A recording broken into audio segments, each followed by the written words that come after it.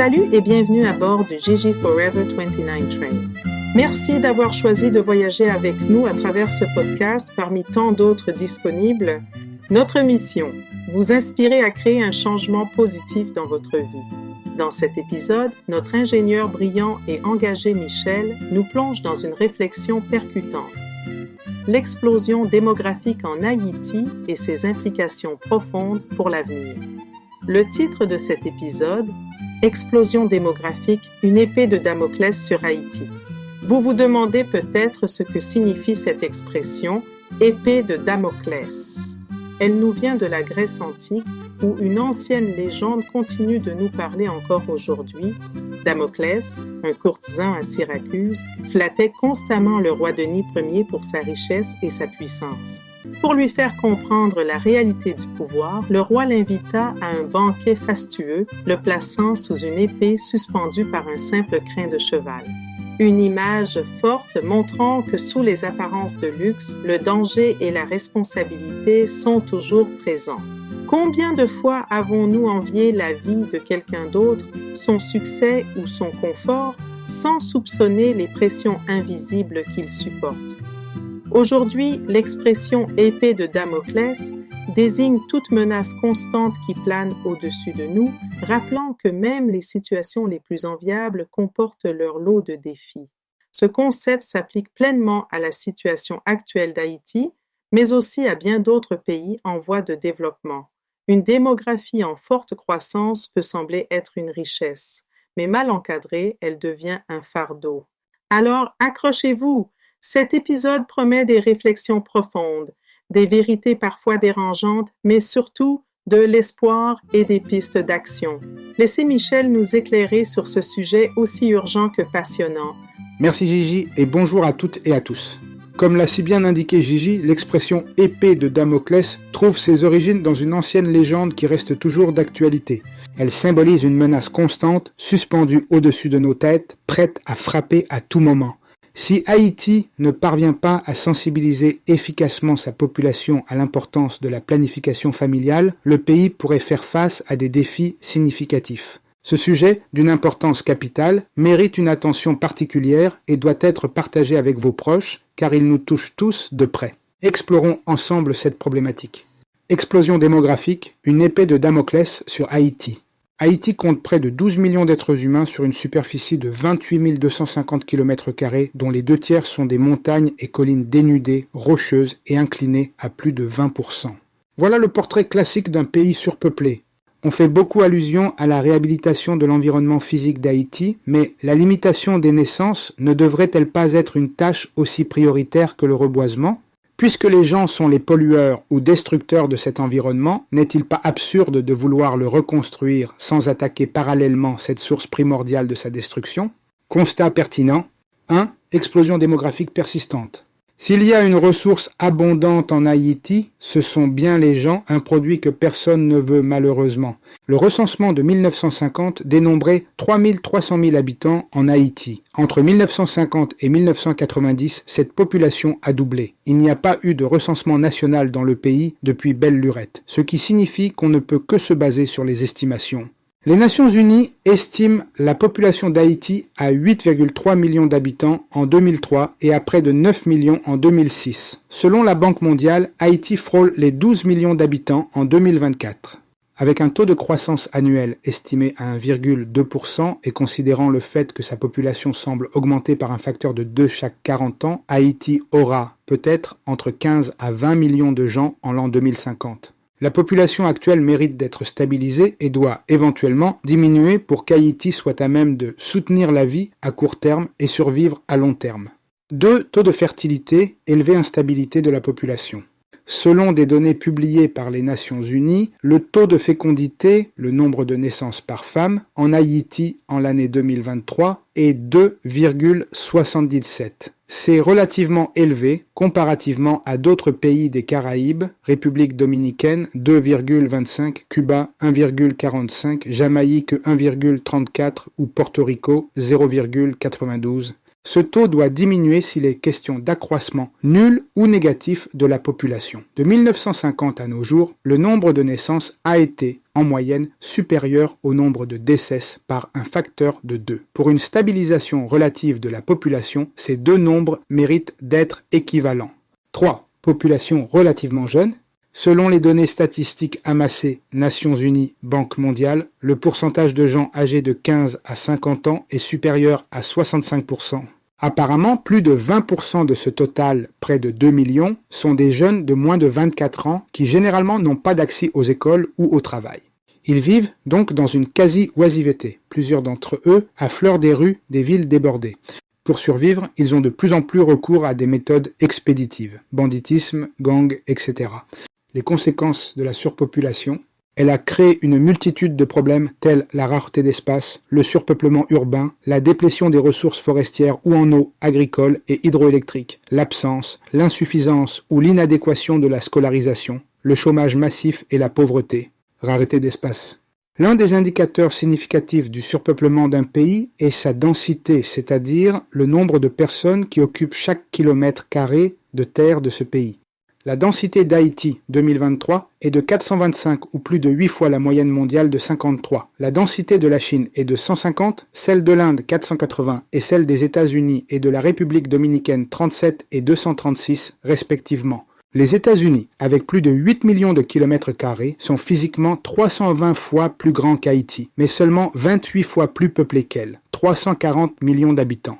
En vertu de cette même proportion, à 320, la population d'Haïti serait seulement à peu près 1 million d'habitants. Notons que les comparaisons superficie, population avec les États-Unis ont été faites pour mettre en relief le fait que Haïti est extrêmement surpeuplé. Cependant, si Haïti disposait proportionnellement des mêmes ressources que ce pays, sa population actuelle serait l'une des plus riches du monde. Surpeuplement urbain. La population urbaine d'Haïti est estimée à plus de 7 millions ou près de 60% des habitants du pays. La capitale, Port-au-Prince, construite pour 500 000 personnes, a apparemment plus de 3 millions ces jours-ci. En 1950, les Caïs et Jacmel avaient 50 000 et 10 000 habitants respectivement. Elles comptent respectivement plus de 150 000 et 70 000 maintenant. Ces villes ne sont pas à même de supporter cet accroissement continu de leur population qui, généralement, n'ont pas d'accès à certaines commodités, logements décents pourvus d'eau potable, d'électricité, de facilités sanitaires et d'écoles, etc. Pourtant, ces populations urbaines augmentent en moyenne au rythme de 3% l'an. Déplétion des ressources forestières, agricoles et dégradation de l'environnement. La croissance rapide et incontrôlée de la population, à travers les ans, a créé beaucoup de pression sur l'environnement physique du pays et ses maigres ressources. Ces 12 millions de gens sont les consommateurs de ces ressources. Ils abattent les arbres, au rythme de 100 000 par jour selon certains, pour produire du charbon et obtenir du bois de feu. Cela réduit sensiblement la couverture forestière du pays, estimée à moins de 2% seulement. Les arbres, plantes et herbes forment une éponge qui absorbe et ralentit l'écoulement des eaux des pluies vers les rivières et cours d'eau. Si ce tampon amortisseur disparaît, le sol n'a plus de protection contre ces eaux des pluies qui le charrient tout bonnement vers les mers.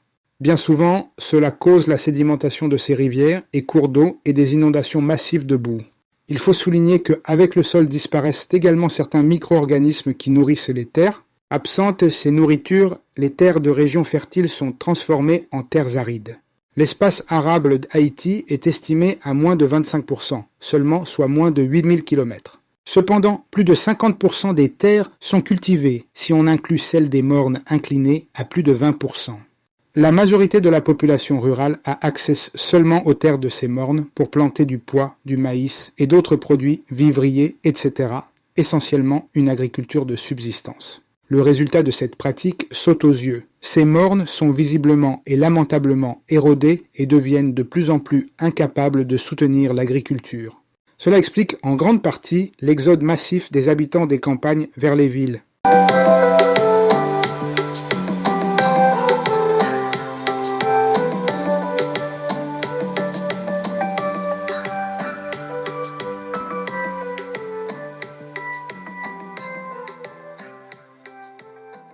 Diminution des ressources en eau et en hydroélectricité. Les arbres et plantes, en général, jouent un rôle primordial dans le cycle hydrologique qui régularise la quantité de pluie reçue par une région. Le déboisement massif d'Haïti a été accompagné d'une baisse sensible de la pluviométrie, ce qui a entraîné la sécheresse et une diminution prononcée du débit des cours d'eau et rivières, causant des réductions drastiques et de l'eau potable et du rendement des usines hydroélectriques. Disparition de certaines espèces biologiques. Lorsque leurs habitats naturels sont détruits, certaines espèces, éléments importants de la biodiversité d'un pays, disparaissent également. La sédimentation, par exemple, des zones côtières d'Haïti a contraint les poissons à s'éloigner de plus en plus des côtes, ce qui a résulté en une baisse substantielle des prises de poissons. Bon nombre des espèces biologiques du pays ont ou bien disparu ou sont en danger d'extinction. Chômage, pauvreté. Avec une population aussi élevée et une économie perpétuellement en crise, il est difficile de déterminer avec précision le nombre de chômeurs dans le pays. Cependant, plusieurs organismes internationaux, Banque mondiale, Nations unies, etc., l'estiment à plus de 75% pour les adultes et à plus de 80% parmi les jeunes de moins de 24 ans. Ces chômeurs et sous-employés, absents un système d'aide sociale, sont condamnés à une existence de pauvreté et de misère. Défaillance du système scolaire. Le système éducationnel est accablé sous le fardeau du grand nombre d'enfants et de jeunes en âge de fréquenter l'école primaire, secondaire et supérieure. Génération après génération de gouvernements se sont contentés de gérer l'urgence du moment et n'ont pas investi dans des infrastructures, construction d'écoles, formation de professeurs qualifiés, etc. Les conséquences cumulatives de ces comportements à travers les ans sont la défaillance totale du système d'éducation. Les données ci-dessous obtenues de l'UNICEF en témoignent. Plus de la moitié des enfants n'atteignent pas la classe de 3e en primaire. Apparemment, 2 sur chaque 3 élèves abandonnent l'école primaire avant de compléter la classe de certificat. Un corollaire de ce fait est que sur chaque 5 jeunes en âge de fréquenter l'école secondaire, moins de 2 le font. Plus de 60% des établissements scolaires sont dans des bâtiments construits à d'autres fins. La plupart des classes sont tellement remplies que moins de 2 sur 4 élèves disposent d'une place sur un banc. La grande majorité des écoles ne sont pas dotées de professeurs qualifiés et moins de la moitié des élèves ont accès aux livres, textes et autres fournitures de classe essentielles. Les conséquences de cette défaillance éducationnelle sont palpables. Les stimulants de la haute croissance démographique en Haïti, 1. Héritage colonial, culturel et économie agraire. Durant l'époque coloniale, les maîtres blancs encourageaient les femmes esclaves à avoir beaucoup d'enfants en vue d'assurer toujours, et cela à vil prix, l'alimentation de la machine de production coloniale. Avoir beaucoup d'enfants est comme enraciné dans la culture haïtienne qui l'associe avec la production et l'abondance agraire, augmentation des bras disponibles pour le travail des terres et à la richesse même. Petite ces richesses est une expression courante en Haïti. Nombreux sont les hommes qui, en dehors de leur conjointe, ont une ou des maîtresses. Si ces épouses et maîtresses les sont fécondes, c'est le cas le plus souvent, on peut avoir une idée du nombre d'enfants qu'un seul homme peut avoir. Par ailleurs, avoir beaucoup d'enfants est une sorte d'assurance vieillesse, dans un pays où il n'existe aucun système de sécurité sociale pour les vieux. 2. Influence religieuse. Haïti est en majorité catholique romaine. L'Église catholique a traditionnellement farouchement opposé toute méthode artificielle de contrôle des naissances, prônant ainsi les familles nombreuses. Beaucoup de femmes haïtiennes croient que Dieu détermine le nombre d'enfants qu'elles ont comme si Dieu avait le contrôle de leur système reproductif. 3. Manque d'accès aux soins médicaux et à la santé reproductive. Bien souvent, les femmes pauvres et illettrées n'ont pas d'accès aux soins médicaux les plus élémentaires et encore moins aux contraceptifs. En cas de grossesse non désirée, elles ne peuvent pas se payer le luxe d'un avortement. Par ailleurs, les soins prénataux et pédiatriques ne sont pas disponibles, ce qui explique en partie le taux plutôt élevé de mortalité infantile, apparemment plus de 100 sur chaque 1000 enfants âgés de moins de 5 ans.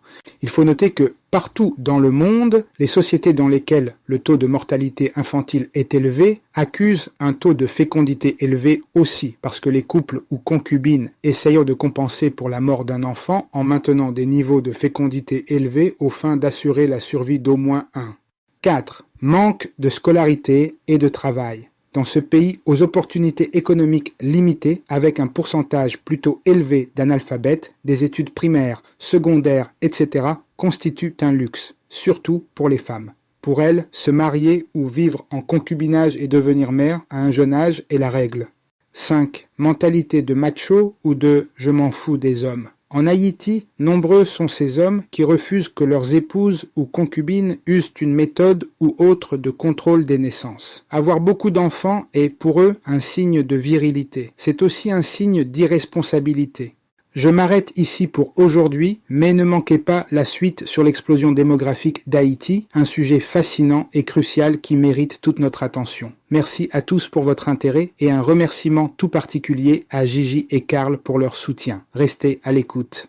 Je te remercie sincèrement, mon ami, d'aborder avec autant de sérieux ce sujet qui suscite réflexion et débat. L'explosion démographique représente en effet un défi de taille, surtout dans un contexte comme celui d'Haïti, où les traditions culturelles et religieuses influencent fortement les choix familiaux. Cette discussion met en lumière la nécessité d'assumer une responsabilité individuelle tout en soulignant l'importance d'une éducation adaptée à la santé reproductive. Ouvrir le dialogue sur ces enjeux est essentiel pour permettre à tous de faire des choix éclairés et responsables. Je suis ravi que tu partages cette préoccupation avec notre communauté. Permettez-moi de partager une citation éloquente du pape François. Certains croient, pardonnez-moi l'expression, que pour être de bons catholiques, il faut se comporter comme des lapins. L'ouverture à la vie est une condition du sacrement du mariage, mais cela ne signifie pas que les chrétiens doivent avoir beaucoup d'enfants. Ces mots ont été prononcés le 19 janvier 2015 dans l'avion de retour des Philippines. Merci d'avoir voyagé avec nous sur Gigi Forever 29 Train. Si cette discussion vous a interpellé, partagez-la, commentez et continuez à réfléchir avec nous et restez connectés pour la seconde partie de cette conversation passionnante. Car l'avenir d'Haïti commence par une prise de conscience. À bientôt pour la suite du voyage. En attendant, restez bénis.